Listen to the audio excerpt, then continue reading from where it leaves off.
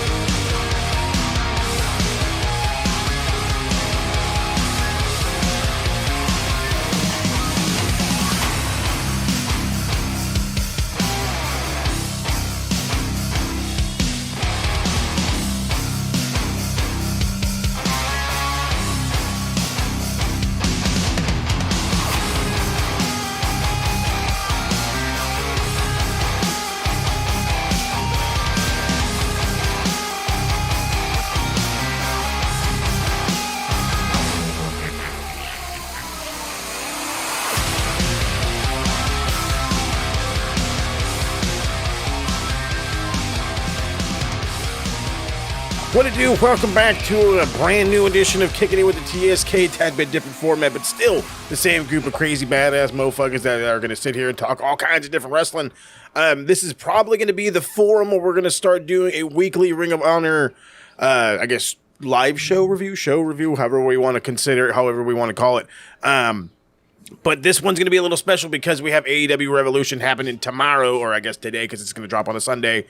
So we might as well get predictions out there with a little bit of a twist, but I'm going to save all of that for when we get to it. But without further ado, of course, you guys know these handsome gentlemen by now. This is the TSK. We have Robert Davis. We got DC, Daniel Crimson, of course, my man Harold Joseph Hunter. What it do, boys? Welcome back. We've been on a tad bit of hiatus.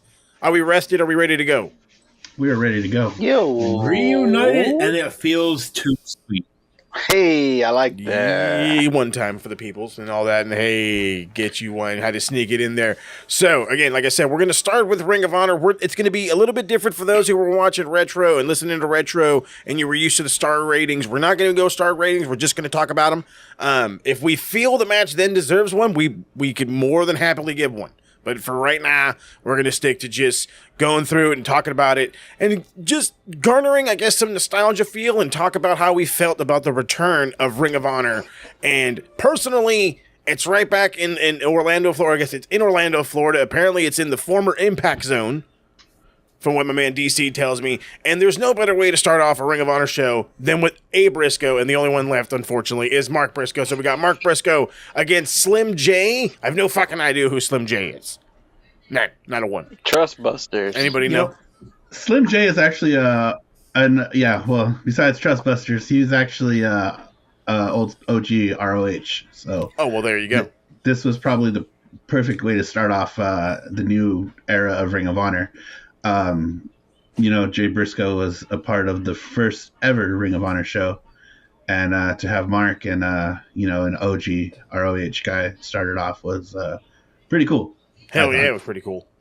That, with good old Sussex County Chicken. That's right.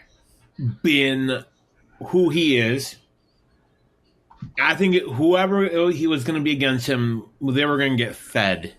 Oh, to yeah. the chicken. Yeah, for sure. They were going to be chicken feed. They were going to be chicken feed. I love that. I love that a whole hell of a lot. So feed the chicken. That's right, feed the chicken. And then Mark Briscoe, the Sussex County Chicken himself, did exactly that. He did the eating, if you will. Again, not a lot I know about Slim J, but I do know a little bit about Ring of Honor. They do start with the Code of Honor, where you're kind of both guys are supposed to go in there and shake hands. And Slim J ain't having it because he's a bad guy, and so he kicks Briscoe's hand out of the way. But then this is just, I don't want to say it's more than just a match, but that's kind of exactly what it was. This was just an opening match. To me, there was nothing special. There was a whole lot of distraction from Smart Mark Sterling. He's a dickhead. It is what it is. We're going to get that. And it seems to be a pattern that we're running with. Mark Briscoe is winning with the J Driller. He wants to go with the Froggy Splash, but he ends up winning with the J Driller. I love it. I hope it continues. I hope it means to some kind of Ring of Honor gold at some point in time. Did y'all see anything special on this? Am I missing something?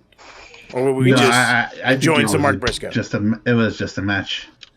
It was a good, solid opener. Yes. Yeah, very solid. Completely agree. You know, as I've told you boys, The Pepsi Brothers.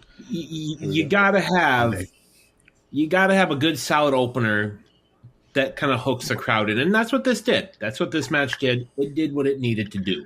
I also think it kind of it for Slim J at least, it got to showcase him a little bit better because he's been on AEW kind of here and there, done a couple dark matches. People are just like, well, who the hell is Slim J? Hey, you got a I guess you got a taste, if you will, got a little taste of who Slim J actually is. I mean, it's good. He wasn't too bad. So I'll give you something. Harold, anything you want to add? No, I think you guys nailed it.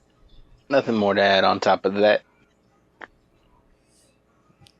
Nothing more to add. So we're gonna head to the back, and we had a nice little interview with former Ring of Honor television champion, TV champion Tony Deppen. Am I the only one who thought this guy was as nervous as holy shit to be on television? It was a little cringe. I was He's like, cringing. we're back on television. He's like, he's shaking the whole fucking time. It's Hey, just, but I'm like, he bro, gave it a calm try, down. bro. He's like, He gave it a try. he did though. I'll give him all the fucking praise in the world. You know what I mean? If you were nervous, bro, like you definitely pushed through that shit. You know what I mean? That's not something a lot of people can say. So good on you. It was weird for Tony Deppen because Tony Deppen's usually that guy that is pretty arrogant, kind of cocky. He talks a lot of crap to the crowd. But once he got in front of the camera, it was like, oh no, freeze. Well, I think part of it is like this is also exposing ROH to a much bigger audience. Yeah, big time. Yeah. I mean, yeah, they had TV in the past, but it didn't have the reach that it does now. Well, no, I mean, because considering the fact that it's literally on the backs of AEW right now, and a lot of AEW guys are going to be like, you know what, fuck it, let's go support the brand. You know what I mean? So it's the NXT feel. We were just talking about that while watching. It's the NXT feel. What they're going to do, and if Tony Khan is smart, this is the way he'll do this. Is you will have he'll use AEW guys to beef up Ring of Honor. Where, in WWE, you had guys like Cesaro, guys like William Regal, guys like Tyson Kidd. Mm-hmm. You had these guys that are mainstays on the main roster would randomly show up on NXT back in the day. Exactly. And that's part of what made NXT special. Now, if they're smart, they will treat Ring of Honor as the NXT of AEW. Mm-hmm. Again, if they're smart, and for the time being, they might be. I mean, it's a step above developmental, in my opinion, but you can treat it in a way as developmental. Plus, didn't they have didn't Ring of Honor have a developmental system as well? Yeah, the Ring of Honor Wrestling School. Yeah, something like that. They do have a dojo in Maryland. There you go. But I swore they had like a show with maybe like up and coming Ring of Honor. I don't know, something of some sort. But I'm getting off topic. I know what you're talking about. I forgot what it was called. Future Stars of Honor, I think. Something like that. Okay. So, but anyway, long story short, Tony Deppen has to face Samoan Joe, and sucks to be him. Yeah. So Joe's gonna kill you. Tony Deppen will die next week, and we will review it for your listening pleasure. But something we got that I rather enjoyed. I've been given some shit about the Kingdom, but the Kingdom, Matt Taven and Mike Bennett with, of course, Maria Kanellis Bennett took on the Infantry, which is a brand new team of Sean Dean and Private Charlie Bravo, both guys with military backgrounds. And I'm going to say it right off the bat, dude. This team, the Infantry, they had my attention way more than the Kingdom did. And I was trying to like the Kingdom, okay? I'm trying to get into them. I'm trying to like their feel. But something about Sean Dean and Charlie Bravo, the way they meshed, it worked so well. Harold's dying to say something. What's happening, brother? Which, let me mention, right before this Ring of Honor show came on, I had mentioned Sean Dean. I didn't know he was on the card. And I had mentioned him in the group chat. And then just to see him pop up, it was good to see him. He was one of the guys that kind of held AEW up through the pandemic. So it was good to see him get some spotlight. Big time. Absolutely. I think he's going to be great in a tag team. That's what Ring of Honor needs. They need tag teams because I think that's why you really haven't seen any kind of rumor as to, well, what did they do with the tag titles? Like, with Mark. Do you plop in?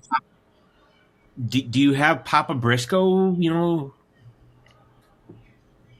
I mean, I'm at the point where I feel like Mark is just going to have to be the guy to relinquish it, unfortunately. And he knows it. And, maybe they have like the Jay Briscoe memorial tournament or whatever to crown the new tag team champions. Yeah. Hey, I like that. You know what I mean? And give Mark Briscoe another shot. I think he's gone after the television title before, but never won it. Give him an opportunity to go for it. We were saying, have him take on Claudio at the LA show, and obviously that's not going to happen. But I think that's what's coming up for the LA show. I think we're going to get Mark versus Joey Samoa. Ooh, see, now that's where the money is at, in my opinion. The question, tell me, is he going to be able to hit the J Driller on Joseph? Joe knows how to go up for folks. He does. But I can definitely see a Froggy Splash in his future. Just to make sure nobody gets hurt. Like, there are some people that you wonder how they're going to be able to take a certain move. Like you don't see like Giants getting hit with like an F5 too often. Like, yeah, you don't. Special. Mark Briscoe is a farm boy. He's farm boy strong. That's different. That's different form of strength. You ever lift up a Hail of Bay? This shit is awkward as fuck. I'll tell you what. Redneck Kung Fu all day. Oh, I love it. You love to see it. So I mean, this match was quicker than we would have liked. It was more the Kingdom than it was the infantry. I think we saw they call it the purple thunder bomb. It's not a blue thunder bomb because they like to call it the purple. The Kingdom does. So it's the purple thunder bomb from Taven, who I still don't see the hype. Now, granted, it's been all 2 matches since I've been talking shit about him, so we'll see how it goes. The infantry did get a hot little comeback, but it did die short, and the Kingdom got the win. I'm sure they're looking like maybe one of the top teams that could be looking at the Ring of Honor tag team titles as like them taking over. I personally would love to see somebody else, but they have familiarity being former tag champs. Yeah, I'm a fan of the Kingdom. Have been since I started watching Ring of Honor in 2016. But the infantry really kind of showed out and kind of really, I think, made a name for themselves. I know Sean Dean, he's got a backstage role in AEW. Yeah. But hopefully this does lead to some more opportunities for him and Carly Bravo to actually wrestle. Please and please. Yeah, I think part of it, and with Taven, I know years ago when the E signed Mike Bennett, they tried to get Taven. They wanted them both. They sure did. But Taven decided to re-sign with Ring of Honor at the last second, whereas Bennett and Maria had already signed their contract. So it's like, well, shit. And we got that cringeworthy storyline. You're telling me. Telling me. Harold, I got to ask, fan or not fan of the Kingdom? Not fan. Not a fan? Can't say I blame you. Yeah, not a fan. They're just... they're not bad. I just... they just kind of bore me. I've never seen a match of theirs and went, wow, or, ooh. It's just kind of... Right. They're solid. Whatever. They're there. They are there. So, all right. So we move on. We got a little small video package from Blake Christensen and Zack Sabre Jr. hyping up their match that comes up next. It is for the NWPG World Television Championship, the ugliest one-looking fucking belt I've ever seen. I swear to God, it reminds me of the World Series of Poker. I swear to God, it's like a bracelet or a watch or whatever the fuck that they were giving to people, and it looks exactly like that. And I'm just like, this thing is horrifyingly ugly. Is it ugly? Yes. Ugliest? Far from. What do you mean? Dude, it's got like a 6mm plate. Do you remember the Divas title? Again, when was the last time? Do you remember the IWGP heavyweight title? I don't remember any belt that was this fucking thick, bud. That's what I'm talking about. I know the guy who made it. That plate's like a table. It's bigger than Zach. I'm saying, you know what I mean? It fucking dead ass. It probably weighs more than Zach. Comes underneath his chin. It looks like a license plate. It's shaped like a fucking license plate. Yeah, it really, really is. It's really bad. I know Gato didn't sign off on that. Oh God, no! They just said, "Here, take this," and he's like, "What? No, here we have to debut it." Shit. I know the dude who made it, and not his best work. He said that's what New Japan wanted. Mm-hmm. He presented them with designs, and they picked that one. Sure. I would have told him pick again. Oh my lord! So, we got this one. Blake Christensen, Zack Sabre Jr. And Blake Christensen was a guy that I was enjoying watching on New Japan Strong. I want to say he did GCW shows. Mm-hmm. He was, I believe he even showed up in Impact at some point. He was literally been everywhere, and he's one of these juniors or these light heavyweights and cruiserweight, whatever fucking term you need, cruiserweight for you super old heads out there. He's a little bit different. He's got a technical style, but he can be a high flyer. He can be a guy with the lucha background, but he can also be very ground based, and he just has a different look. He's just, something about him is different. Yes, there's a lot of small guys out there that have a nice combination of the technical ground and the high flying, but there's just something different about him. I don't know what it is. Maybe the extra strong style thrown in. I'm not too sure. But it's... I think just the fact that he is kind of multifaceted in his work. Like, he can go hold for hold and, speed with like someone like Leo Rush. Yeah, absolutely. But at the same time, he can hang with a technical guy like Zack Sabre Jr. He's he's even worked with some like brawler types, so like he definitely checks all the boxes on stylistic wise, I think. Hell yeah. Style wise, I'm gonna mention a name that we're not supposed to say. He kind of had like that Benoit style, like whereas that guy was kind of somebody that could work, he could do technical. He could do the high flying. And maybe I'm wrong, but wasn't Blake Christian, wasn't he even in NXT for a hot minute? Trey Baxter. Yeah, Trey Baxter. Yep, that's right. So yeah, Horrible name. God awful, but then again, we were getting terrible names from NXT left and right. We had, Tony Dimes and all these other guys. Giovanni Vinci. See, there we go. We're going down the list there, but of course it's a Zack Sabre Jr. match. So with every Zack Sabre Jr. match, you're gonna get a crucifix. You're probably gonna get an octopus. You're gonna get a whole lot of rest holds, and whether that makes you mad or makes you happy, it's gonna happen because to a lot of people's knowledge, or at least to their word, if you will, Zack Sabre Jr. is the best technical wrestler on the planet today. I'm definitely one to say so. Yeah, I haven't seen anybody better. People say Bryan Danielson, and I'm still fucking dying for that one. Do you hear me? I'm dying for that one. Somebody's gonna die.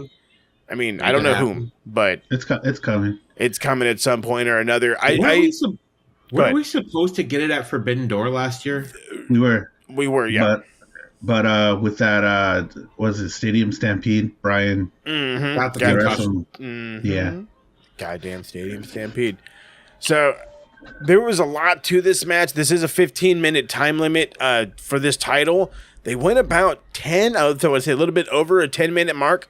And there was one spot that I had to, that I really like. It's Zack Sabre Jr.'s transition work. The way he literally can go from an octopus to all of a sudden into a cobra, into like a dragon sleeper. He will literally move while you're there, and boom, you're in another hold. He really is that next level technical master out there. And it's something for me. It's something worth beholding. I don't know. I mean that's one thing I enjoy too. The fact that no hold ever lasts more than maybe 7 or 8 seconds because he's transitioning into something else. Right. He is probably the only human that I've ever seen fold another human. Oh yeah. Like fucking origami. This is the truth. This is the truth. I was hoping you were going to mention Mo. It did end up the spot with Blake Christian running and doing a suicide dive through the ropes, and Zack Sabre Jr. catching him in the cravat, which I marked for.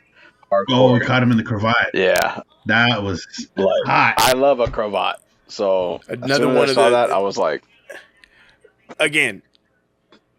Because it's technical, baby. It's technical. That's how the moves are. That's Zack Sabre Jr. for you. Zach. Another good thing about Zach is he is excellent at avoiding high-flying maneuvers. So he avoids the 450. He ends up getting caught. I think, what was he got? Uppercutted as he was coming down for it. And then it was a reverse triangle. And then that's how he pulled out the win. Still a New Japan World Television Champion. I don't know anybody's going to beat that guy that's not in New Japan. Yeah. So we'll see. I kind of hope he hangs out on Ring of Honor, though. I love seeing. I was gonna say that's an understatement. I love seeing Zack Sabre Jr. in the States. He can mesh with a lot of people in AEW, and I hope that's his next stop. All right. Let's see here. What else did we have? We'll move on. There was a dumb thing in the back. Oh, that's right. Fucking Smart Mark Sterling tries to offer Takeshita a contract so he doesn't have to fight Josh Woods, and all his response was, well, he's a national champion. And I'm like, it's fucking Takeshita. He'll knock his teeth out. It is what it is. We did get Christopher Daniels. I was being curious about when we were going to see this guy wrestle again, but we got Christopher Daniels versus Rohit Raju. How old is CD? 50? He's got to be in his 50s. He's in his 50s. He's in his 50s. 52, 53. The guy's got blood all in one eye, and he can still go. yeah. I don't get some pro wrestlers, bro, that have this I can't turn it off switch. He's one. Whether you like him or not, like whether you don't mess with CD, whether you love CD, whether you hated Impact, he's got it, man. He will turn 53 this year. Get the fuck out of here. That's ridiculous. The thing is it's hard to not use him when you have a guy like him, and he's so involved in so many facets of the business, no matter who he's working for, whether it be New Japan, AEW, any one of the independents he helps out with, he always is helping, producing, doing talent relations. And then oftentimes I feel like a lot of these companies feel like, why not book Christopher Daniels? He's a name. He's somebody people recognize. So that's why you'll see him pop up here and there, just because even if he wasn't able to go, just like using Jericho or Matt Hardy, the name just brings clout. Money, baby. And I think with it being the return of ROH, they're going to have one of the original ROH guys on the show, and if he can do it, why not? Right. Heard that one. He ended up, of course, winning with the best moonsault ever.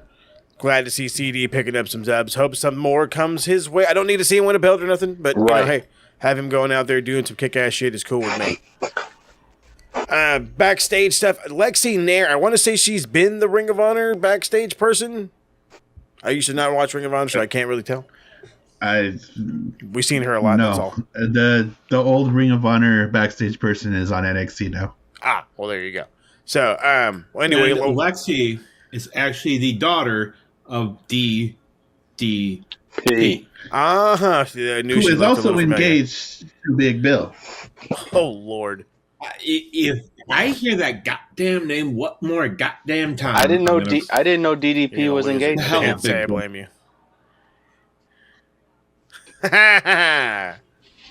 Hey, it's 2022. I mean, hey, to each their own, right? You know what I mean? Feels bang. Free yoga lessons and the whole nine. Lexi Nair hanging out again. Former champs. This time it's the tag champs. Rhett Titus and Hot Sauce Tracy Williams. Red Titus is ugly as shit. I'm just gonna get that out of my way. He's ugly as shit. It ends up being them in the Aussie Open. They're going back and forth. I guess they're going to have a match next week. So I'm glad the tag division is growing. Give me the fucking Aussie Open as ROH tag champs. I'll take it. This is, I'm going to say this. I mean, maybe you guys might feel different. This was my match of the night. I know we had a pretty good main event, but this was my match of the night. And it's Takeshita against Josh Woods. I love me some Josh Woods. I do. He was a dude that I heard hushed tones about when he was coming up through the ranks of Ring of Honor. I caught some of his Ring of Honor run. I saw him and God, what is his name? The older guy. I'm losing names right now. He had showed up in the Ring of Honor. Not Ring of Honor. Silas, yes, Silas Young. He was teaming with Silas Young for a little bit, and that thing was kind of funny. He was just kind of like the giant nerd in the background, which was, I don't know, to me it was hilarious. He's got an amateur background, which always sells me, and an MMA background, so 2 points to him. But there were no points exchanged in this one. There was lots of punches, lots of elbows, lots of throwing, lots of wrestling. So, again, this is who did I compare Takeshita to? I want to say he was like the State's Okada or something. He's got a different level.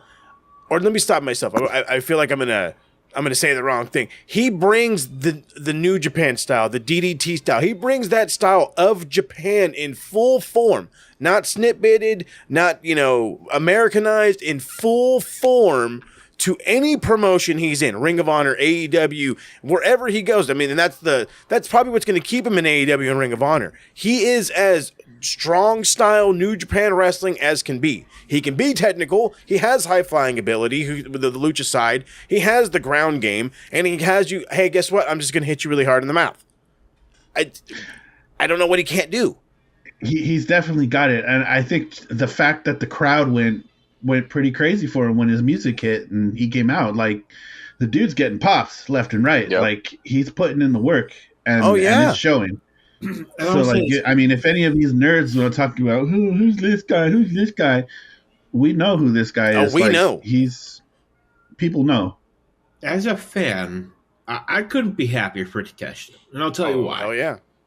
The more exposure he gets, the more he's on the radar.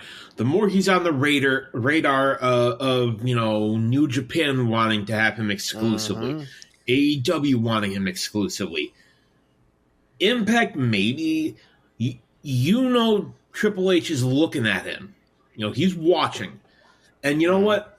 I'm not saying he should go to the WWE. I'm not saying that. Triple H already tried. But what I'm saying, guys, is that the more exposure this gets him, the more it gets him. The more money. Because he can play that. He can say, well, I got this offer from this company. I really want to stay with you.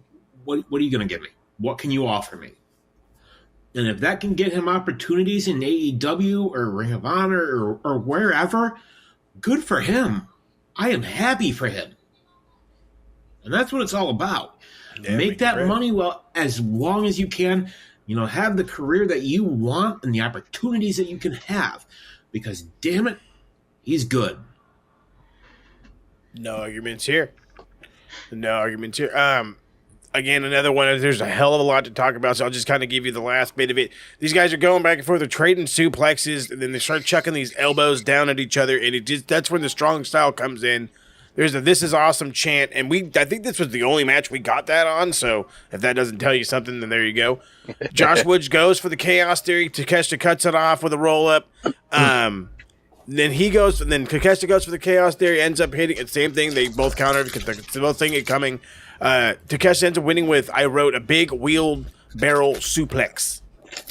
And it looked fantastic. I mean, we talk about how over Takeshita was. If you want to go back to fucking Wednesday in the ladder match, he was on fire. The people were loving him. The idea of him winning and being the guy to challenge and the whole nine and the push Takeshita. And then they didn't give it to us. And it was I don't want to say it was lackluster, but it was definitely like, oh, come on. When you know what I mean? When your team don't win, makes you sad. Yeah. He was our team that night. And trust me, we weren't the only ones.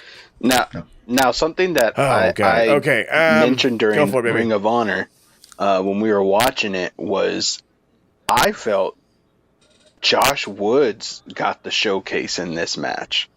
I felt anybody watching this, I felt most people are kind of familiar with Takeshita now because of Dynamite. Josh Woods doesn't get as many Dynamite appearances, so I feel like people get less contact with him.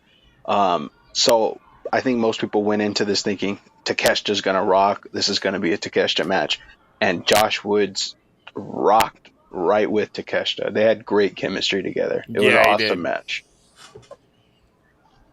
Yeah, they really did. Solid. I enjoyed it.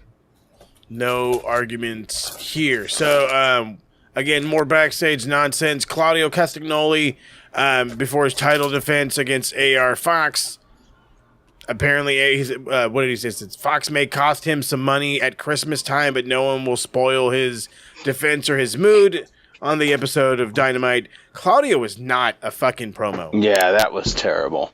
And that was a bag of ass. Sad to say. I mean, do you think they got him right as he walked in and he just wasn't ready, or do we think that he really isn't that good of a promo? I mean, he's not. He's always admitted that one of his weakest points is promos.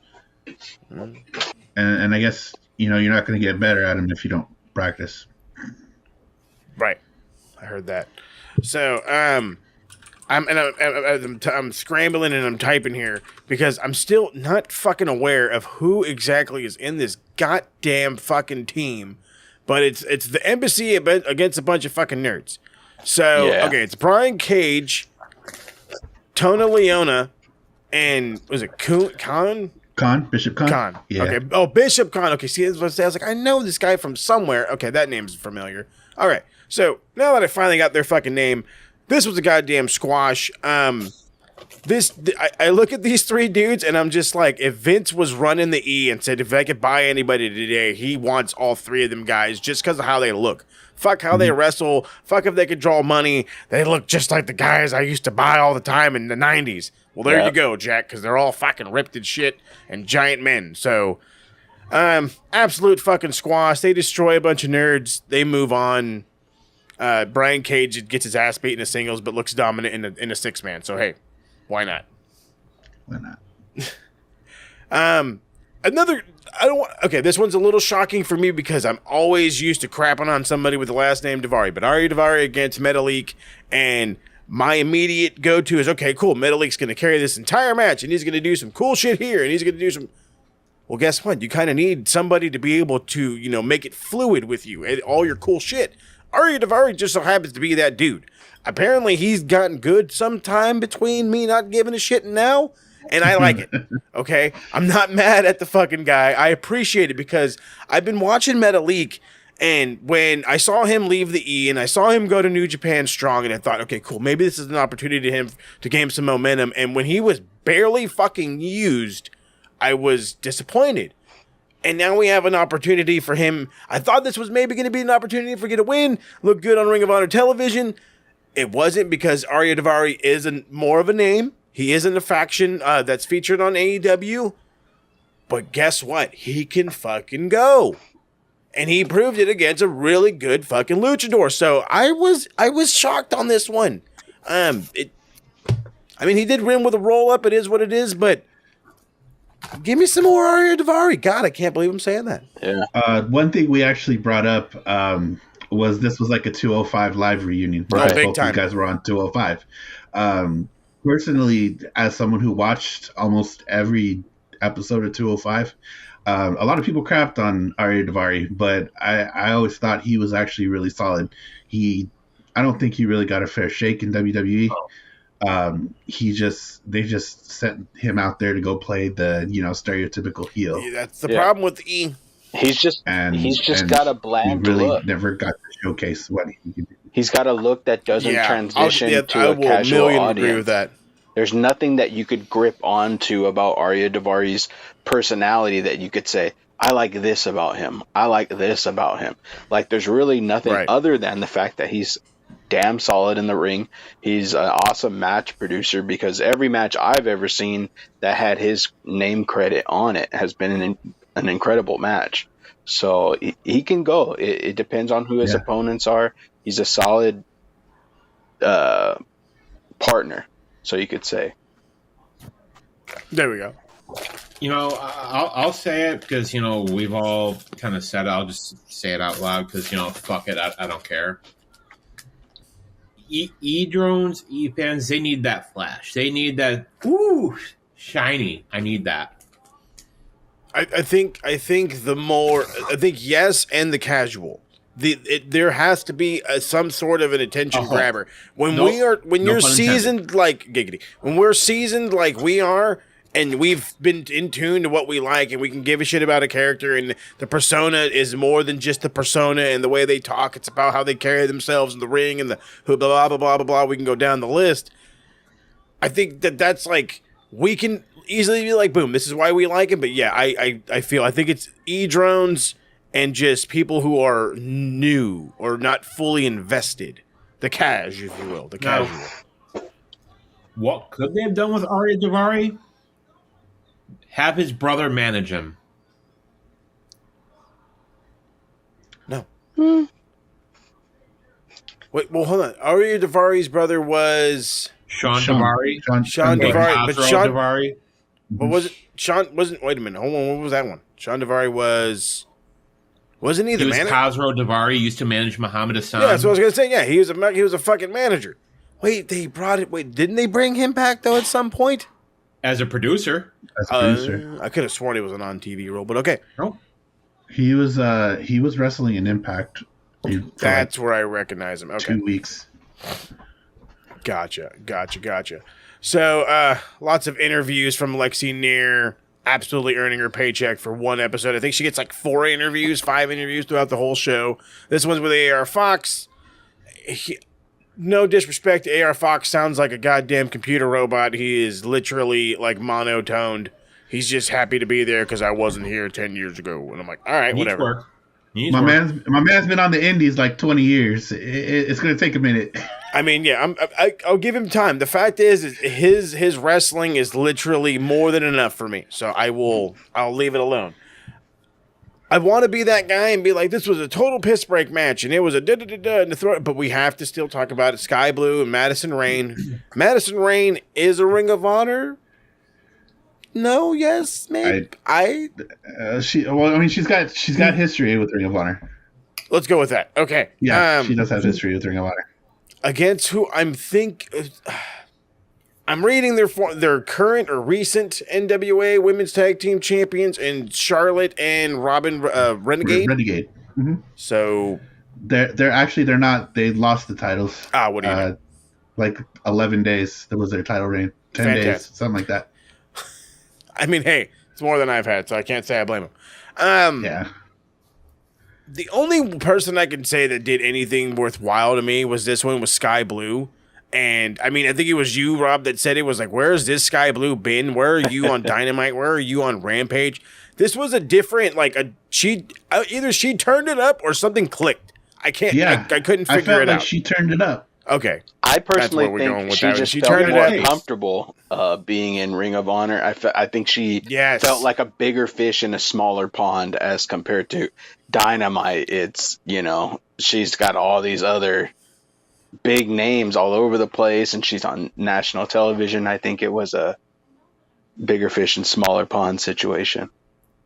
I think very well could have been. Is she somebody?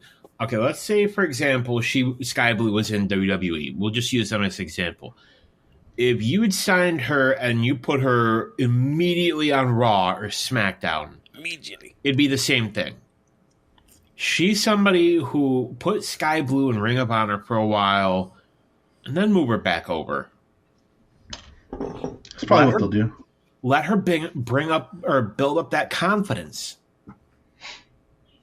Yeah, that's mainly what she's missing. I mean, she's got the look. Like, she's got Oh, yeah. the look. She's got the personality. Her ring work is enjoyable. Yeah. She's not bad, Above average. And she's young. but she's just, it's confidence. Yep. Confidence is That's all key. it is. You get that confidence, you've got a star. You have a fucking star in your hands. One in the making for sure. But again, she's young. Give her time. I'm sure she'll get there. And with the help of Ring of Honor, I'm sure it will come within due time. I'm with you. The big fish in the small pond. I can absolutely. You get the okay. I can breathe feeling. So Yeah. I hope that's what it Guy is. in a little coat. Perhaps the opposite, but we'll rock with it. So Ian Riccaboni is in the ring, and he welcomes out Wheeler Yuta, the pure champion, and he's talking. I think he called him like a junior member, and fucking Wheeler got all pissed off. I'm not a junior. I'm a doodle-doo, whatever the fuck. I'm a veteran. He's all mad now, not a nugget. and he pretty much kind of throws open. I'm not a nugget. He pretty much throws open an open challenge, which is then answered by Timothy Thatcher, who's coming over from Pro Wrestling Noah, if I'm not mistaken. Yes. Noah. So he's gonna have a match set for next week. And if we thought like Josh Woods and Takeshita was strong style, this one is gonna hurt next week, and I'm relatively excited for it. Kind of don't think I'm gonna see Wheeler lose, but it's Timothy fucking Thatcher, bro. If you're telling me this guy's on fucking if he's off contract. Come on, bud. So, and I'm just going to say this. I'm already disappointed that they're kind of like streamlining this young lad. But Willow Nightingale against Lady Frost, I've been loving every little thing Willow does since the day I seen her, which I swear to God, I think it was either an Impact show or a GCW show, one of the two. And she has been on Dynamite. She's been on Rampage. She's been on All Up and Down. She was on most of the Death Before Dishonor show.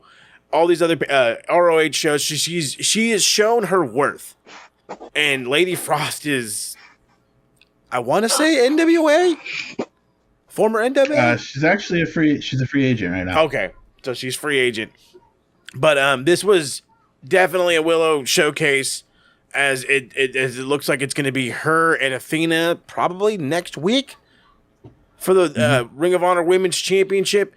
And personally, I'm already saying go ahead and just give it to Willow. She's probably going to be on Ring of Honor all the time anyway, so you might as well run that route. But, yeah. I mean... And also, Lady Frost, just as a fun little factoid here, she recently... did motion capture work for WWE 2K23. Oh, hey, how you doing? Making paychecks. Gotta make bank. Making a paycheck, baby. Making a paycheck. Harold, how do you feel about Willow Nightingale? I love her. I like her personality. I like her ring work. It's not like she's incredible in the ring, but she's definitely solid. She has great chemistry with whoever she gets in the ring with. And I don't think I've ever seen her have a bad match. So I'm all on the Willow Nightingale train. Not yet. Heard that. So I kind of already went ahead and talked about how Athena came out, did the whole thing. But so with that being said, I know we rarely see Athena. And that was kind of the same exact issue we had with Mercedes Martinez. Is this just going to be another one of those things where you might as well give it to the hot hand of Willow Nightingale, or do you keep it on Athena being a name? Since I already saw the spoilers, I won't say anything. Okay. But to the point, I guess because Athena is a name, they probably will keep it on her just to get the brand a little more established. Yeah.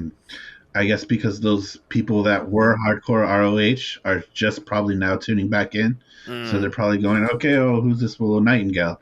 Who's this, whatever. I guess let them build up a little more momentum on the ROH brand before they start switching titles.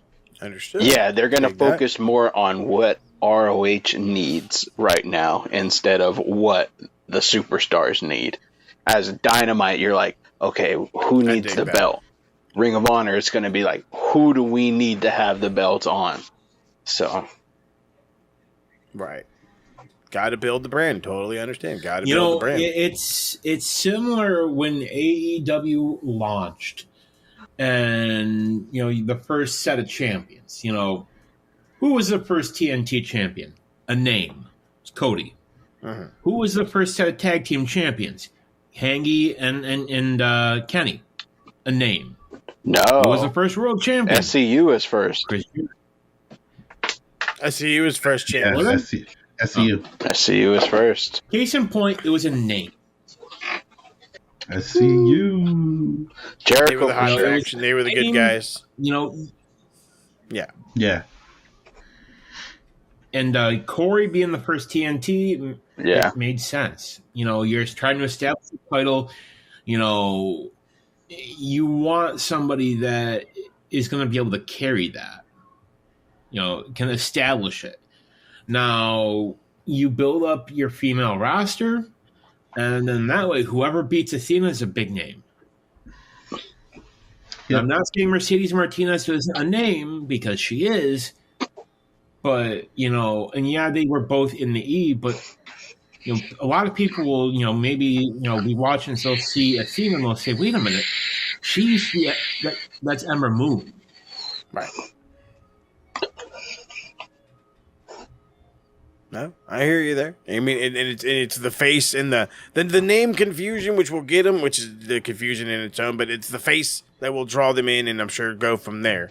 But we had for the main event, and it's the Ring of Honor World Championship, Claudio Castagnoli taking on AR Fox, and this was actually relatively fun. We already know Claudio can work with pretty much anybody of any style, from lucha to technical to monsters, you name it, he can work with them. a broom.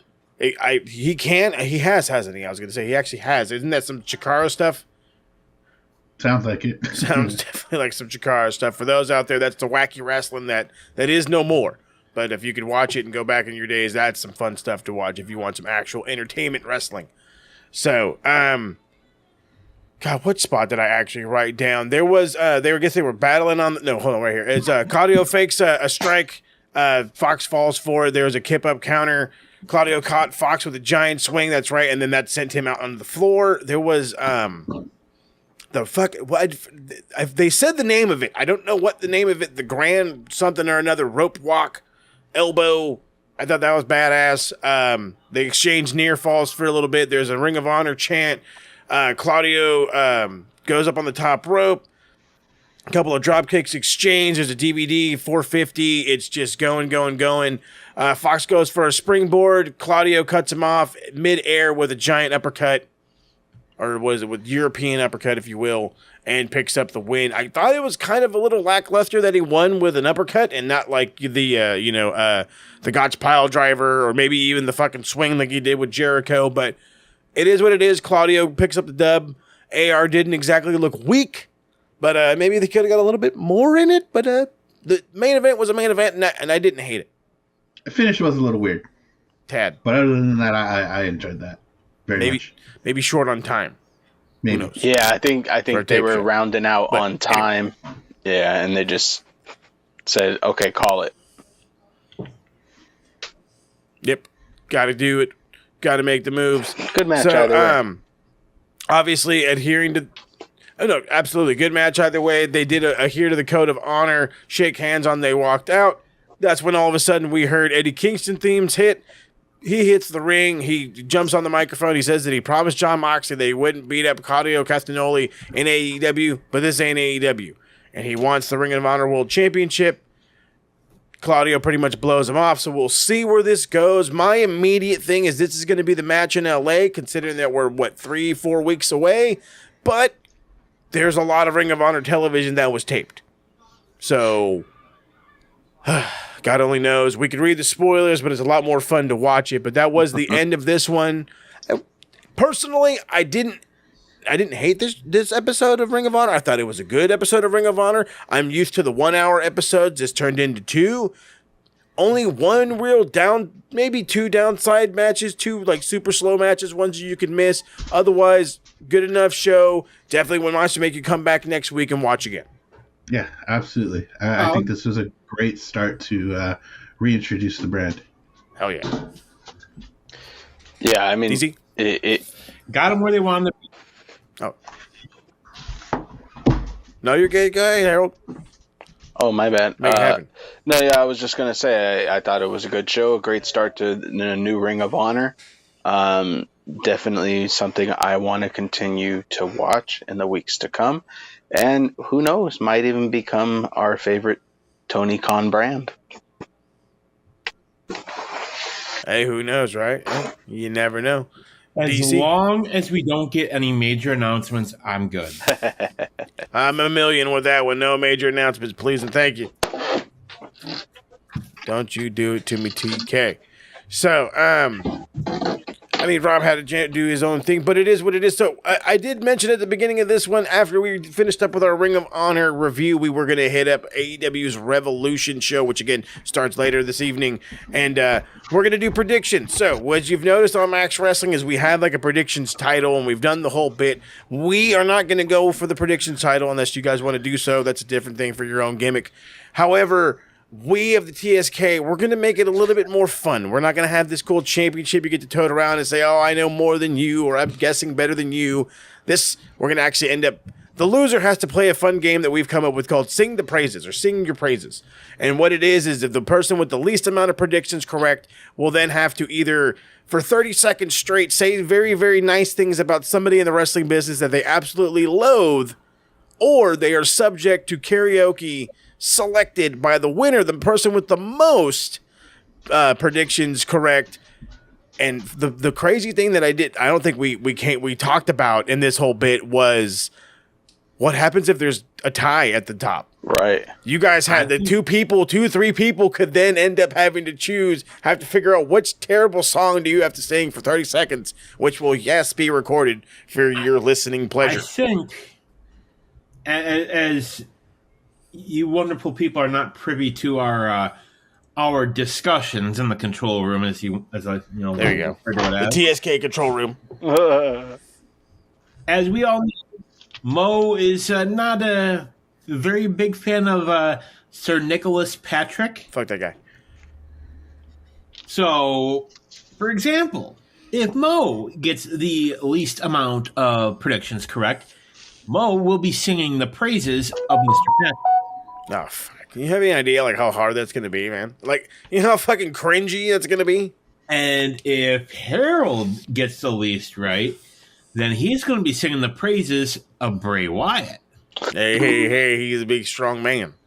Do the muscle man dance. Do the muscle Maybe man that dance. should be a thing. Maybe Harold should have to do the muscle man dance. Oh, God. This is amazing. You see, this is how this is going to be super duper fun. Yo. So, and for myself, I will sing the praises of Lex Luger. And you all know how much I detest Lex Luger. Oh, trust me. In future retros, everybody will know as we keep going down that line. But we're going to go ahead and we're going to get it rocking. We got one pre-show match, which will not be a part of the predictions. The predictions are never talk about pre-shows. So we'll talk about the 8 other ones that have already been set up. If any more are set up down the line, we'll have to just fucking deal with it, I guess. So it is what it is. So let's get it going. We're just going to run off of Wikipedia's. We have the final burial match, which is Christian Cage against Jungle Boy Jack Perry. Jack Perry has tried to look strong in this, tried to beat up Christian once and got his ass kicked, looked like a total nerd. Christian is coming off of, I think, a torn labrum. I forgot whatever kind of shoulder injury he had.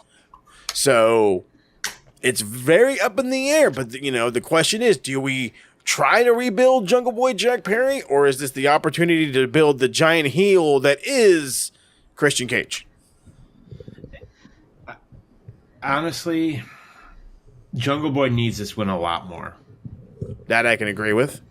He was red hot and then is right. So I think Mark Money says Jack Perry. I'm with that. Go ahead. I can't call it on this one. I want to piggyback off of what DC was saying. He's saying Jungle Boy needs this win. Mo saying you agree. I agree with that as well. But at the same time, Jungle Boy wins this. What happens? what does this do for Jungle Boy? Other than it being a win, other than it being the end of the story with Christian, which I guess it does need an end to it. I don't really think it benefits either of them. I think it's a match that shouldn't have even been booked, to be honest with you. No. And, the unfortunate thing here was the timing of Christian's injury. Yep. Oh, yeah, big time. That was right around All Out, right? Yeah, right around All Out. That is when that match should have taken place. Right. And what is this match even? Is this a buried alive match? I have no idea. I mean, it's what's put up on fucking Wikipedia. For all I know, I believe, to my knowledge, I believe it's a no holds barred match, but they're just calling it a final burial match. Yeah, more than likely it's a buried alive match, but I'm pretty sure that's trademarked by the other company, so they have to call it something else. Or maybe it's their answer to the Boneyard match, which we all crapped over that, but that ended up being actually a pretty decent match. Yes, it did. But just also to kind of piggyback on what Harold said, like this match probably shouldn't have happened. No. Like this feud should have been done with like last year. They should have moved on. And really, whoever wins, like, what is this going to do for either of them? I think realistically, if I'm being honest, the loss would do worse things for Jack Perry. Sure. Yeah, it would. Sure, yeah. Christian don't need it. Yeah, Christian's had a career already. If he ruins it now, he's already had one. He's already had Christian is already a multi-time world champion. He's going to be a Hall of Famer when he hangs it up. He'll be fine no matter what. Yeah. I feel like had Christian not gone to AEW, he probably would have been in the WWE Hall of Fame by now. Oh, for sure. For sure. I mean, he's going to be eventually, but I feel like it probably would have happened already. Oh, yeah, no. It would have been happened for sure, dude. I have 1,000 with that one. I'm kind of stuck because trust me, I feel like you can use a dickhead heel Christian Cage, in a meaningful manner, but I don't think it'll get anywhere above a mid-card feel, and that's, I feel like, the biggest problem of it all. If it's just a mid-card thing, then like what's the point? You know what I mean? It's fucking Christian Cage. Christian Cage is supposed to be a big name star. He's supposed to be a guy that we're really kind of we know about and all this other shit, and he's not. I'm gonna catch hell for this, but I'll say Christian Cage is a B+ player. Yeah, I don't want to disagree with you. I mean, like I said, I've had my. I like him. He's good, but when you look at Edge and Christian, there is no way that you can look at me and legit say that Christian was more talented than Edge. You say that, I'll call you a fucking liar. In the ring, I can't exactly argue with that whole thing. Yeah, I would too. Better worker. In the ring, I would put Christian over Edge. Better. Mike skills wise, yeah. Okay, overall superstar, I guess. Edge has the overall look. More star power. Oh yeah, for sure. I mean, it is what it is. I don't give a shit. But I'm with you. Let's just Jack Perry. Again, the problem is talking about what are you going to do with him? If I feel like this is one of those things where you can kind of maybe have Luchasaurus come out and kill them both, and then it's just like, well, fuck this match anyway, and you move on with your life. But then again, it could build to something more. I fucking really hope not. Go ahead. I think they're working on building a new mask for Luchasaurus. Well, I would hope so. They got fucking copyrighted. Yeah, bastards. Like, how the fuck? Maybe that's why the video game has been delayed. Maybe they're trying to figure out what to do with that. I wouldn't be surprised if it had something to do with it. That's a good point. It looks like we're all on the Jungle Boy theme, so we'll keep on with that. Let's hope that that's where this goes. I want to say this one is just as easy to call, or maybe it's a little more one-sided. But the Jericho Appreciation Society being banned from ringside, Chris Jericho against Ricky Starks. Ricky already won. Yeah. What are we doing? This is a segue. What are we doing? Another segue into another match that should not have been booked. It's an angle they should have moved past already. It does nothing for either guy. this would have been better if it was Jungle Boy versus Ricky Starks. That would have been pay-per-view worthy. That would have been much better. Oh yeah, there you go. Or Daniel Garcia versus Starks. Yeah. Sammy Guevara versus Starks. What fucking any of them? There's a But lot of people in the what's gonna JAS. happen, and I'm going to tell you right now, it's going to be Ricky Starks going over, It's gonna be May. and I will tell you why. Fozzy's getting ready to go on tour. Aha, I knew it. I see. This bastard's always going on tour, this bastard. Now, if you really want to do something different, you have the JAS come out after the match. You have Jericho just berate them, saying, why weren't you there? Blah, blah, blah, blah. You can even do this on Dynamite. And then you have them just beat the living hell out of Jericho. I like that. Oh, get him off television. I like it. I like that. Keep the rest of them together. Keep Sammy, Daniel, Hager, and Menard and Parker together as a group. I like that. But maybe you have Sammy lead. Maybe you have Sammy lead it. I think this is a point where you got to see can Sammy be a leader? Can he be the guy? And just call him the Not Jericho Appreciation Society. I think it could be a Call huge him face whatever the group. fuck you want. I think they could get a face pop. Yeah. No. I'm just saying turn on Jericho. Like, just beat the shit out of him, and you have Jericho as a What if face. Hager ran it? No. They're the Purple Hat Gang. You know what? We'll call it here's what you do. Have Hager lead it, and bring in a manager, Zeb Coulter. That's a no. I can't do it. I don't want to go back to we not the people no more. All right. So Ricky, We'll call it the We the People Appreciation Society. that's Ricky, yeah. DC Harold, Ricky, Jericho. Who we got? Yeah, it's gotta be Ricky. Ricky. It's his Ricky Bobby. This is a Ricky put over Bobby. match for Jericho. Okay. Here's the problem because, and I 1,000%, and I've said this on Max. I really do like Jericho as like the gatekeeper of AEW. He's the guy that comes in and he's taking on the guys that you don't know about to garner them attention, to help put them over, and the whole 9 yards. So I like this. Keep it going.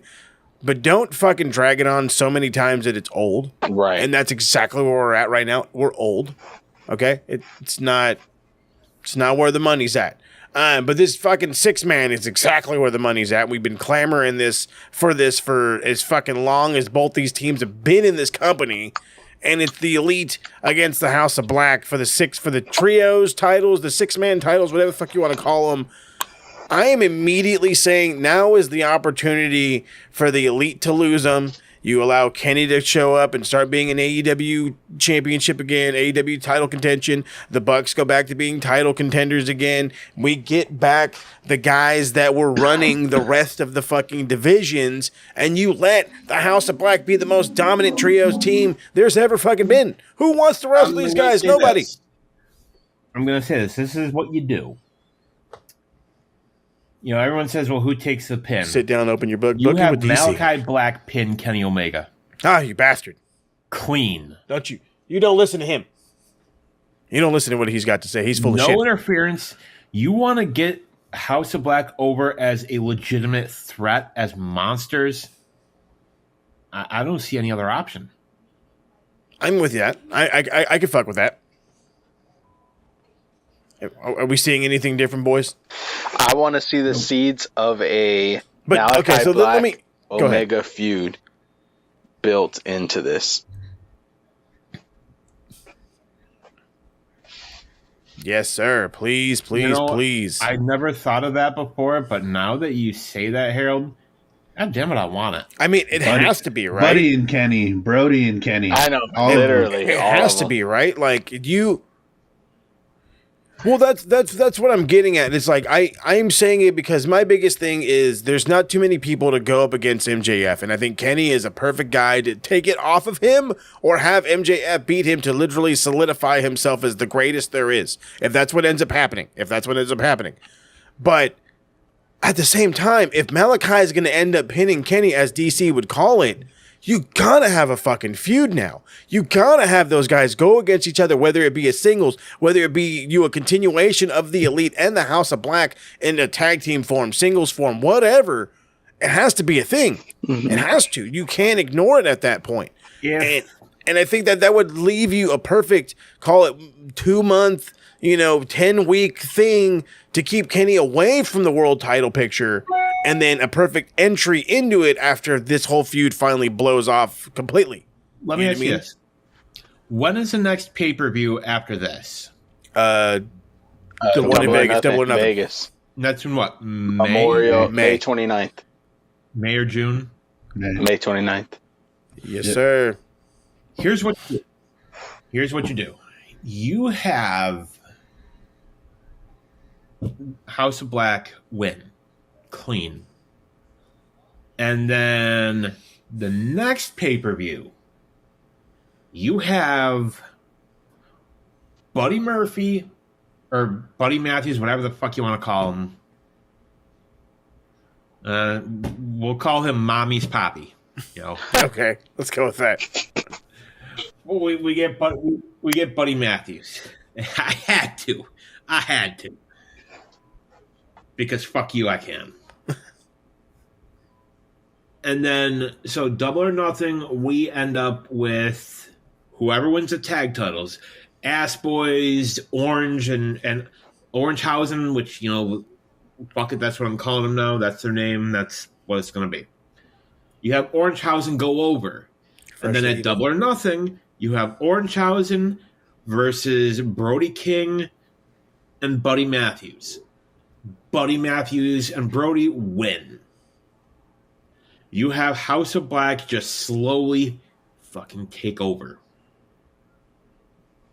And I mean, anything they can get, they get. Darkness spreads over the land. Maybe you have them add in somebody else to House of Black. Maybe.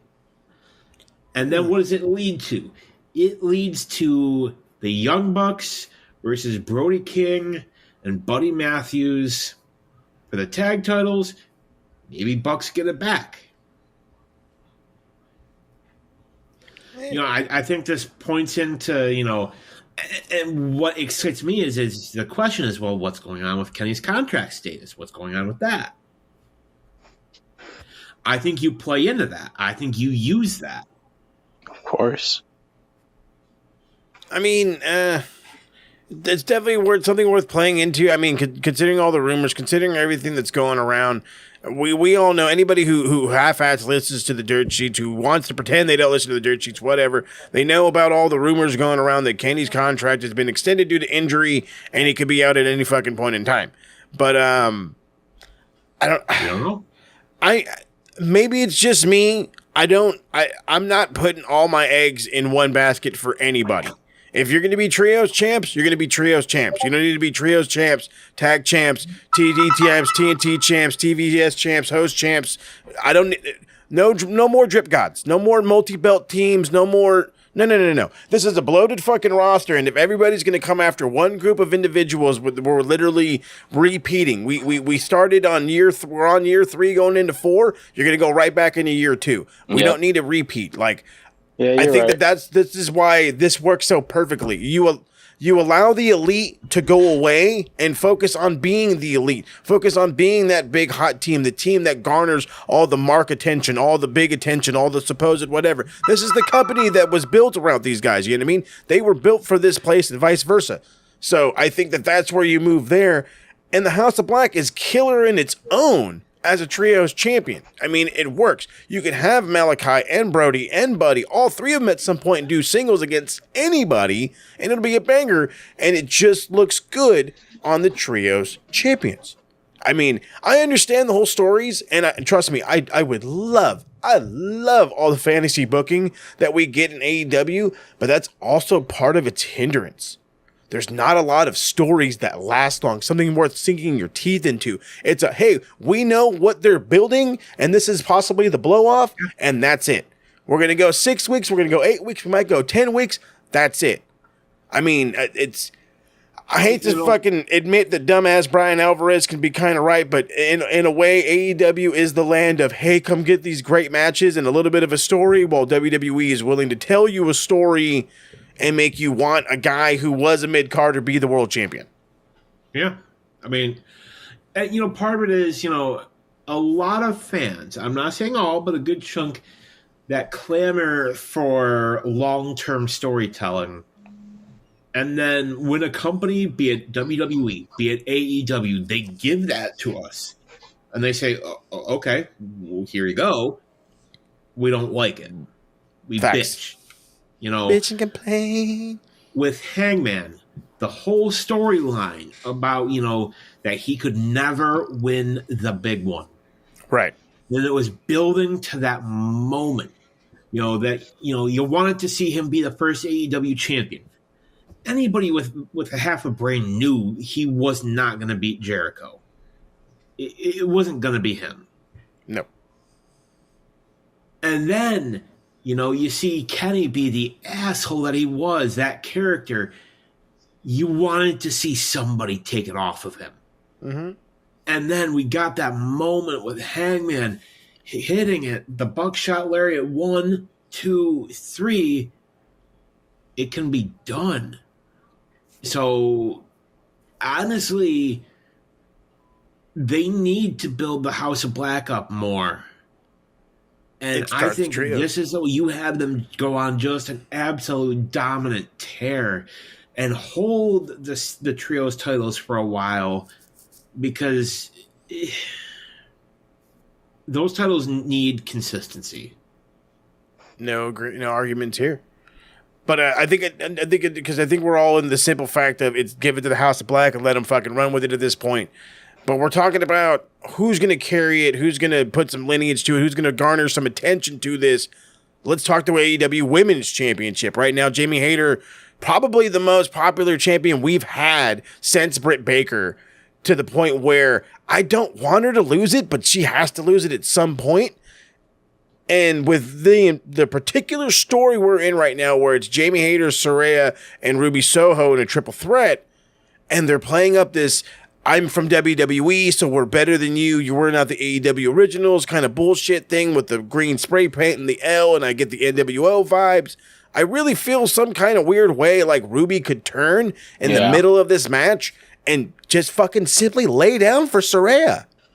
Like, I feel like it could be that bad, and it's just like, oh, fuck, we really hit NWO territory. If I'm booking this, they're in LA, right, for this show? Yes, sir. Cali, no. Wherever. No. This one's gonna be San Fran. Okay. NorCal. Us being the retro crew, I'm talking about probably one of the most infamous moments in WCW history. Finger poke of doom. Yep. A zillion %. Here's what you do. You have Ruby get attacked before the match. You never see who took her out. You don't see it. You do the classic, they find her, knocked down, whatever. So then that leaves Jamie Hayter versus Saraya. Back and forth match, and then, you see Ruby kind of, come out to the ring. Jamie Hayter's down, and you have Ruby just get in the ring, go face to face with Saraya. Saraya just finger poke. Ruby just falls down, and Saraya just puts her foot over her. Mm-hmm. Rep doesn't know what to do, and just counts 1, 2, 3. Is it a cheap bullshit way to get heat? Absolutely. But if you want Saraya to be booed as a top heel, I don't see a better way of doing it. Yeah. I really don't. Do I think it's the right time necessary to take the strap off Jamie Hayter? Absolutely not. No. So here's one thing that I'm not bringing into context that maybe DC and Rob can cover a little bit. Triple threat factor. So that does mean Britt Baker can come out and help Jamie if need be. There can be assistance, maybe Riho, maybe fucking Tony Storm for Saraya. We don't know what could really happen. Are you guys seeing anything different? Are you not loving the NWO feel, the idea of the cheapest, dirtiest, nastiest heat you can get besides messing with the NXT title? Well, I think you do kind of do what I said, where you have the interference, but then you have Ruby come out, after you think, oh, she's been taken out, and that's when you do the finger poke. I think you can do all of this, all of what you were saying, and if Jamie Hayter doesn't take the title and doesn't retain it, then I think you got to put it on Saraya. I don't see another option. I'm sorry. I like Ruby. I do. But women's champion? TBS champion? Maybe. But no. Yeah. Harold, how are we feeling? Yeah, I was going to say, I think Ruby needs something. I don't think it's too far-fetched that she could possibly win it. I think either way, I don't think Ruby or Saraya are going to be as strong of a champion as Hayter was. No. So I don't really see a winner in this match either. Another situation, in my opinion, where AEW booked themselves into a corner and they're just having to go through the motions now. Mm-hmm. Or what if? What's going on with Thunder Rosa? She's still injured. She's on the Spanish commentary team. Yeah, she's not coming back until the summer at least. Or is that misdirection? Could be. Oh no, she said it like on commentary. She's definitely she has a slip disc. Yeah, that's pretty serious. There's no wrestling on the slip disc, baby. Well, what I'm just saying is, slip disc these nuts. Would it be the first time that a wrestler played on injury? Hey, zing. I mean, and I'm with you, DC. I dig it. It's not completely out of the idea of best possibilities, but if I'm protecting myself and I'm protecting my workers, you ain't wrestling on no slip disc. Not at all. I'm just saying, like, maybe she's not as injured as we think. That's all I'm saying. Sit your ass down and commentate. She might just to kind of piggyback on what Harold said. That's fine. it. But to kind of piggyback on what Harold said, they did kind of back themselves into a corner here. Yeah.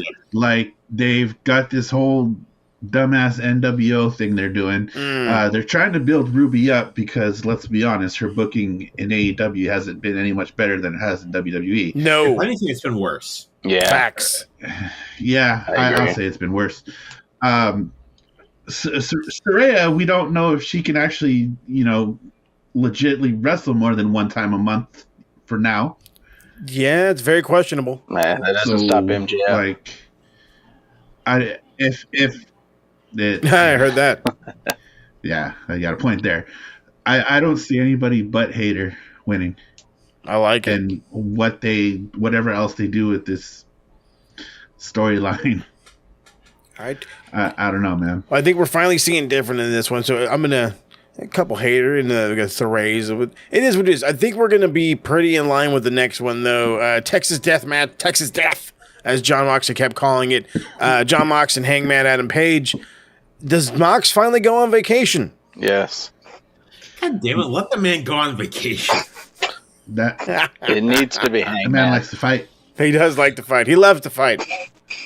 I think the question is, how long is it going to be until Mox bleeds? 4.5 seconds. It's going to come out bleeding. He's going to be bleeding now. Seconds, brother. He's bleeding now. Yep.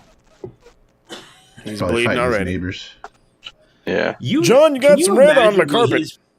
Can you imagine what his forehead has to look like?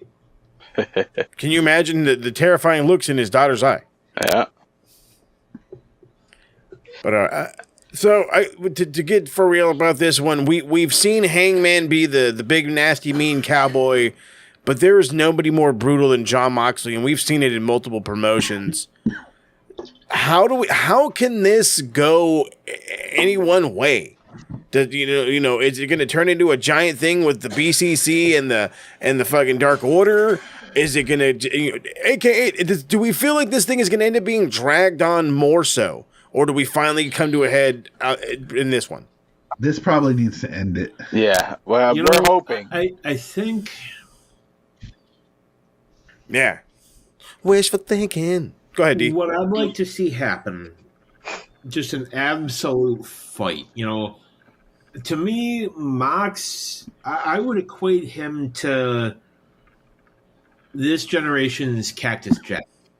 Absolute, great on the mic, absolute violent, when need to be.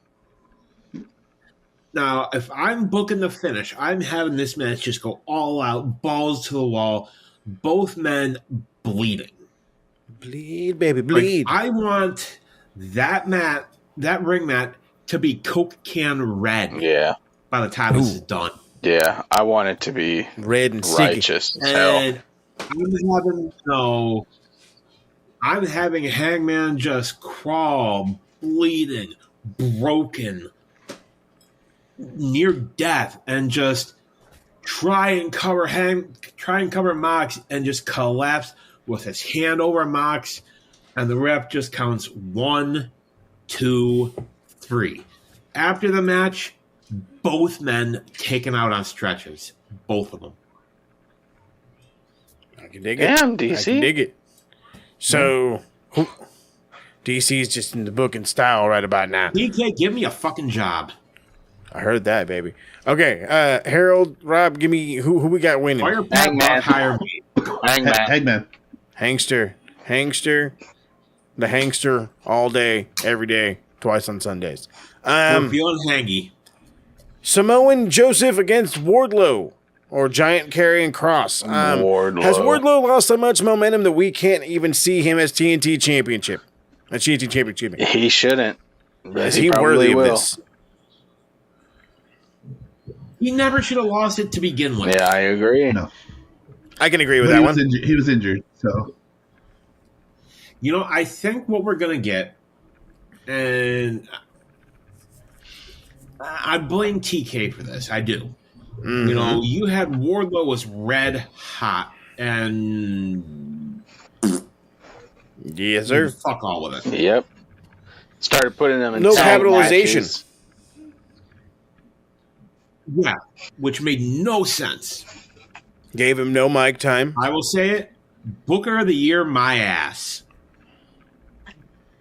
Well, I mean, I can say that booking doesn't necessarily just mean like overall character build and whatever. It could be about, matches and the blah, blah, blah. So I'm not necessarily defending it, but I mean, it's a broad fucking spectrum. But I agree with you.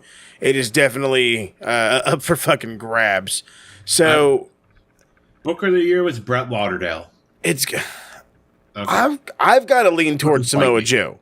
I know I don't mean to be cutting you off, DJ, but I got to lean towards Samoa Joe. I just don't feel like you giving back the TNT Championship to Wardlow is going to all of a sudden make him grow his hair back and his, Goldberg nostalgia and feel and bullshit. Well, and I think we're done. The winner of this match has got to fight Hobbs next week. Oh, that's right.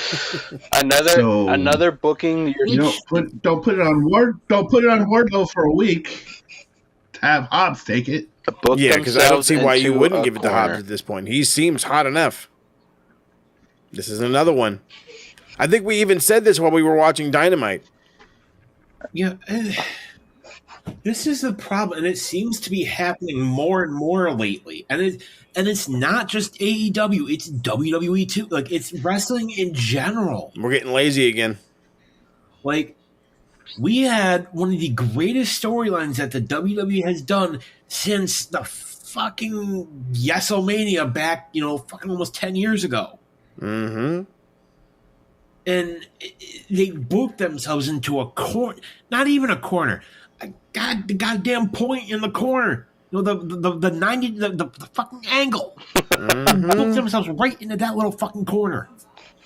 It's that bad. It's rough, man.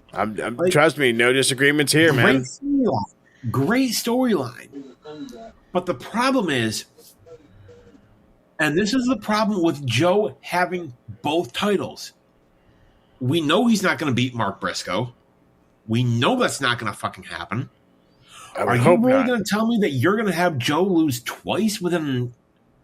But what do? Do you have Wardlow lose and then No.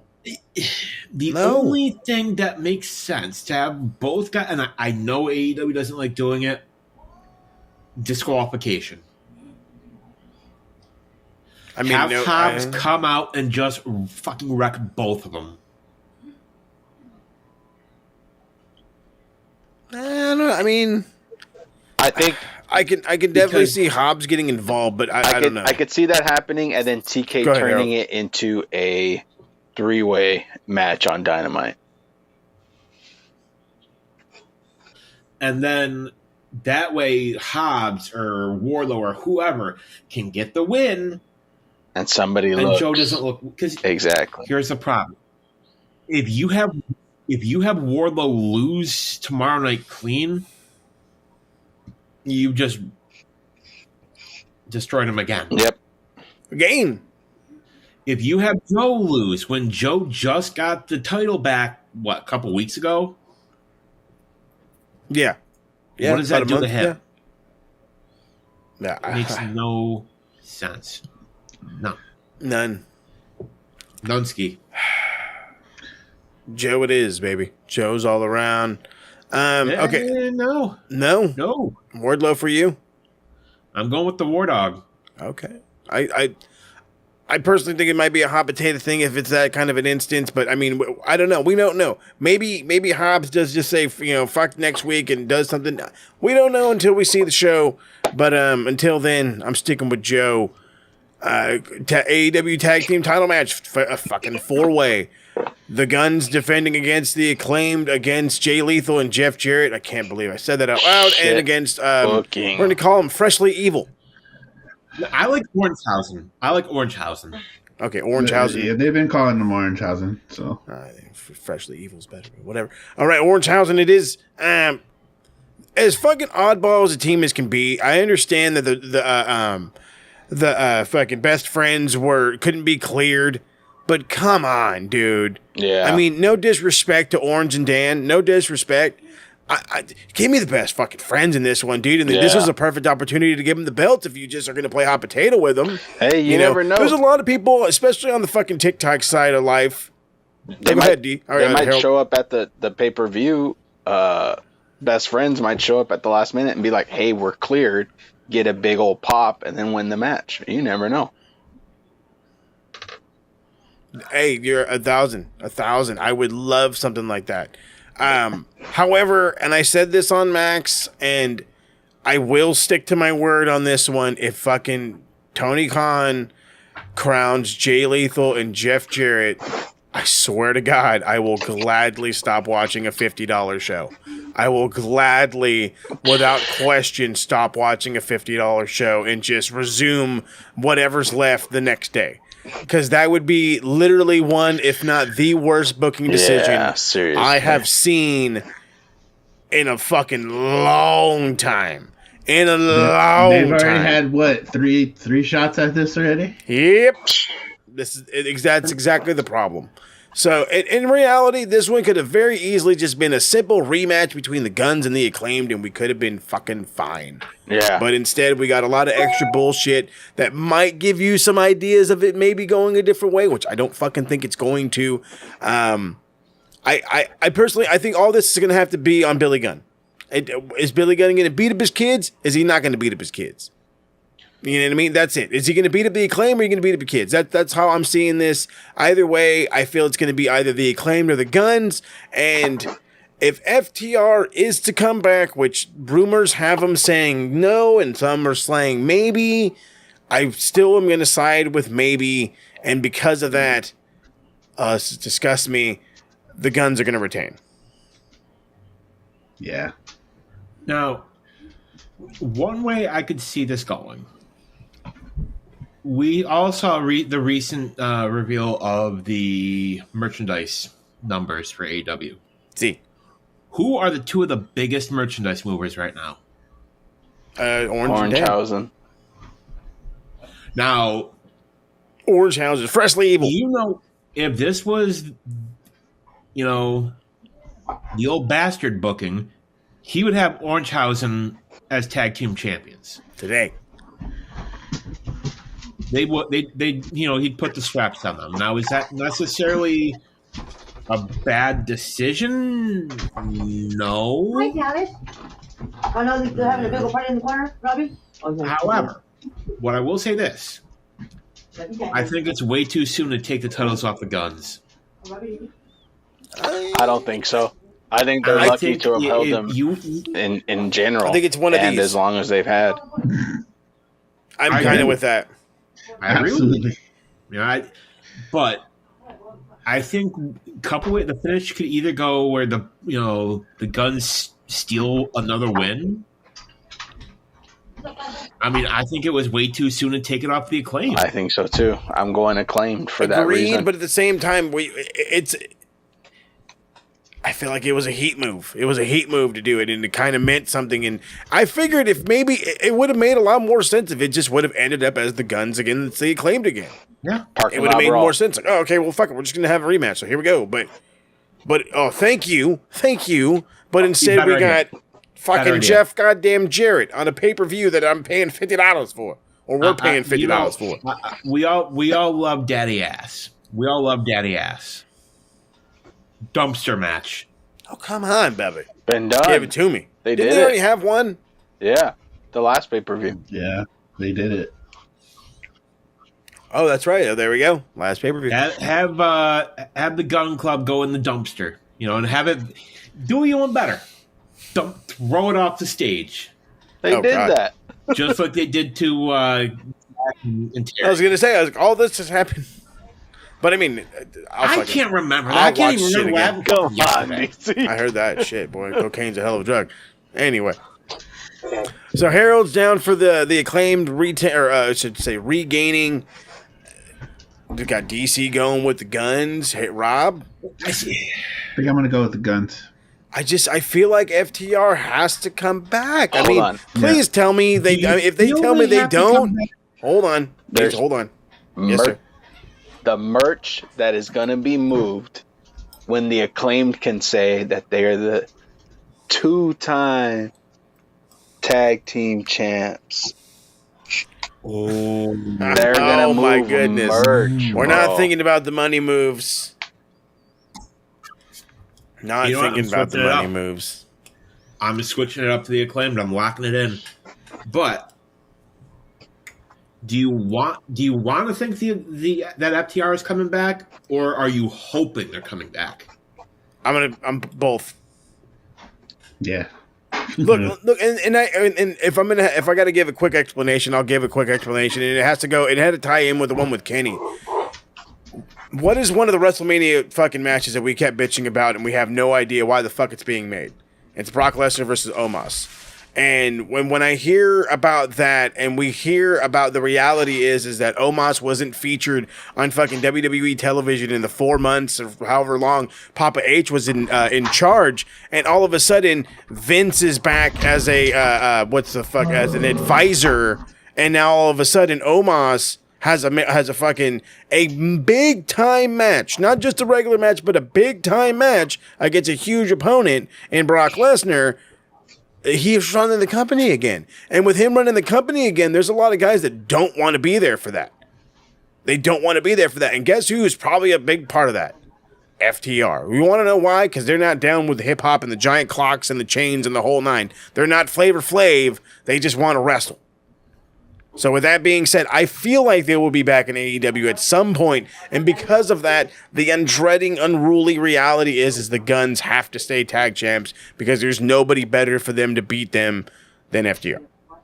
So, and heaven forbid it doesn't happen, then hey, give it to the fucking best friends, and yes, I mean the best friends. If we are all wrong, and Jarrett... I swear to God, you guys are going to see the Discord thing go blink, and I'm out of there. It's so possible. I swear to God, this is not a joke. Yeah, very possible. I'm definitely in your frame of thought, Mo. That's what I hope happens. That's what I want to see happen. But I swear to God, if Jeff Jarrett and Jay Lethal become champions, the thing of it is, like, I might go walk the dog for the rest right? of the You show. know what I mean? Hey, let's go for a walk. You know when you get like that, you get that feeling like in the back of your head, you're just like, oh God, why do I have a feeling this is going to happen? Mm-hmm. Just like with that Rumble, Might just happen. that Battle Royal they did. Mm-hmm. Yep. Oh, yeah. Pointless. Absolutely pointless. Even the casino one where there wasn't a casino because there was no Joker and the whole nine. But I could bitch about all this stuff forever. But we got one final match to get through, and that being the main event: MJF, Bryan Danielson, 60-minute Iron Man match for the AEW Men's Championship. Well, I was about to say Women's Championship. World title. Fucking maybe. Who knows? So we've gone back and forth. We've got MJF, the guy, cutting promos on people's kids or towards people's kids. You got Bryan Danielson saying that you're an unlovable motherfucker and your wife should leave you. These motherfuckers hate each other, and I love this. The question is, and it's the one that everybody's asking right now, is this finally the time B-Dry wins one, or is MJF literally going to be that guy for at least another 4 months? Got it. Okay, I think. Got it. Okay, that's it. That's all you got? Couple ways I can see this going. I can see Danielson winning it, but at the same time, I feel like MJF would get more heat. I think if I'm booking this, I'm booking it 0-0 almost the whole match up until like the last minute. And how do you have MJF get the one and only fall? Dick punch. Dick punch. No. Oh. The lapel lock. Cooter kick. Nice. Oh. You have him use Danielson's finish.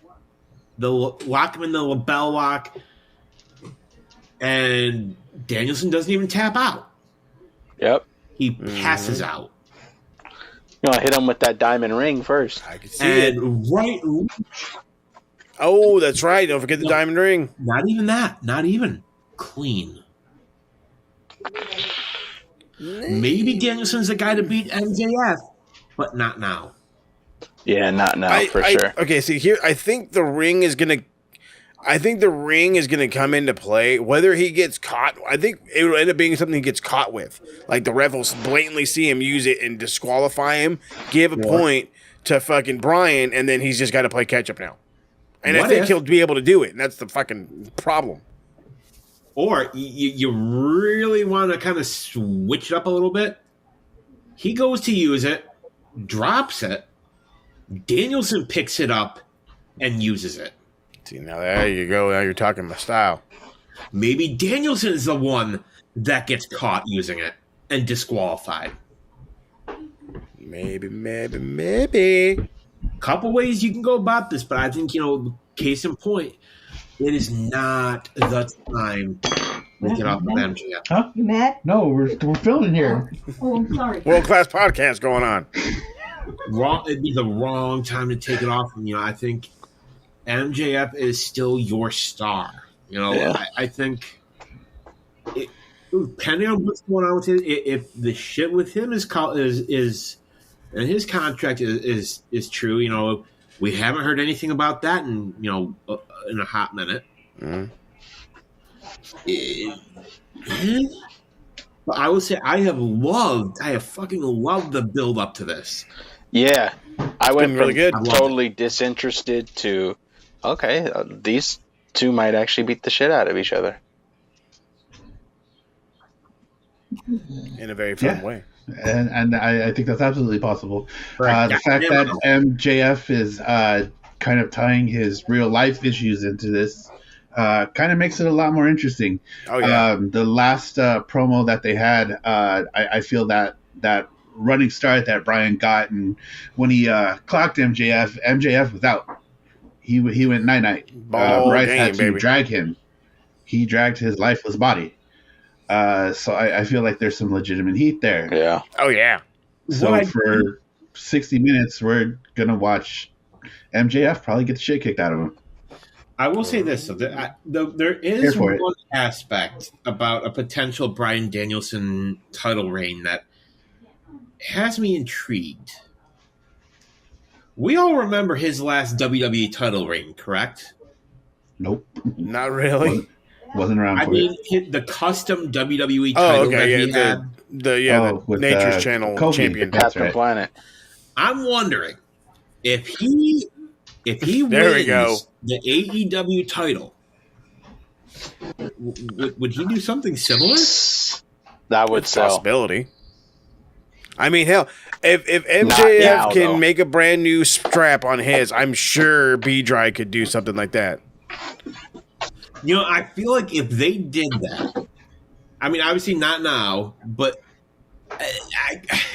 they could charge whatever the hell they wanted for that replica, and it would sell. Oh To yeah, give you an idea, the AEW World Title replica is $900 Jeez. and is constantly sold out. well yeah, but it's fucking AEW baby. It's a good looking belt. Mm-hmm. I mean, I went from literally hating the look of it because Mo, you and I have talked. You know, I like my classy designs. I'm with you. But now that the title's been around for a little bit, I like it. Mhm. And then the fact that MJF took the design of his scarf and Yep. incorporated it onto the strap, I love it. It is such a dick move, but he is such a dick. Works out perfectly, man. Works out Sweet. perfectly. I Hey, feel like taking the title off MJF now, it would just be a horrible move. Agreed. Agreed. Yeah. It's one of those things where again, yeah, we could be the E kid. We can but Brian. I'm already looking towards Double or Nothing, and again, I'm already hoping it's gonna be a Kenny. You know what I mean? Somebody like that, somebody who's easily a bigger star than MJF. Nah, it won't be Kenny. But then yet. again, maybe they hold off on that longer. Not yet. I don't honestly. I don't think you have MJF drop the title till all out. When would that be? Like August, September? What's the October pay per view? Don't they have one in October? Yeah, that's all out. Yeah. September. Oh, okay. Then that's the one he loses at because I'd probably take it one more pay per view and have him hold the title for a year. Let Yeah, him lose it at Full Gear. I like that. I don't hate that idea. I mean, it can go. It could. Well, I mean, I think it works better that way. I think MJF is the dastardly heel that you kind of want to see is get his ass kicked every time you get a chance. And if he's just the champ, then it's like, okay, cool, not time for somebody new to come in and try to kick his ass. Yeah. And like I said, I think the deciding pinfall, whether you keep it 0-0 the whole match or back and forth, the deciding factor, you have MJF win it with the lapel lock. It would definitely, Because that is the biggest fuck you to any wrestler, is to lose to your finisher.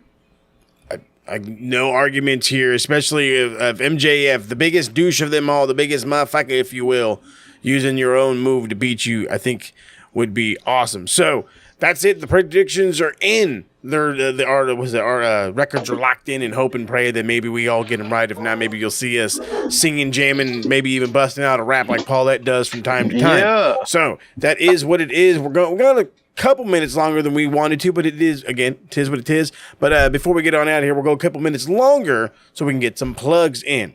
Rob, what's happening with the death metal scene? Hey, if you like music, you like this face. Not very many people do. I say we do. But you do, and that's all that matters. That's right. Come check out all my music, all my socials. Hey, it's Rob, or Linktree / Hey, it's Rob. Come find me. That's right. Come do it. Harold International Travels has finally come to was it the TSK, the fucking you guys, I forgot where you guys went. I started the episode, walked away, but it looked like the fucking business. Bro. Tell us all about it. Ensenada, Mexico. We hit up Tacos Angelito, the Too Sweet Click Adventures. Usually we stick around Los Angeles area, hitting up food, events, attractions, whatever is big in the Los Angeles area. But we just hit up Mexico, and we might be hitting your area up soon. Check us out. YouTube, Instagram, Facebook, Too Sweet Click Adventures. Can't wait for it. We might even make a special appearance, the rest of the TSK, that is, when we're in there for WrestleMania weekend. But that's a few weeks away. But also a few weeks away, DC's main event next to my co-main event. You're pulling double duty, as I possibly might be as well at this point.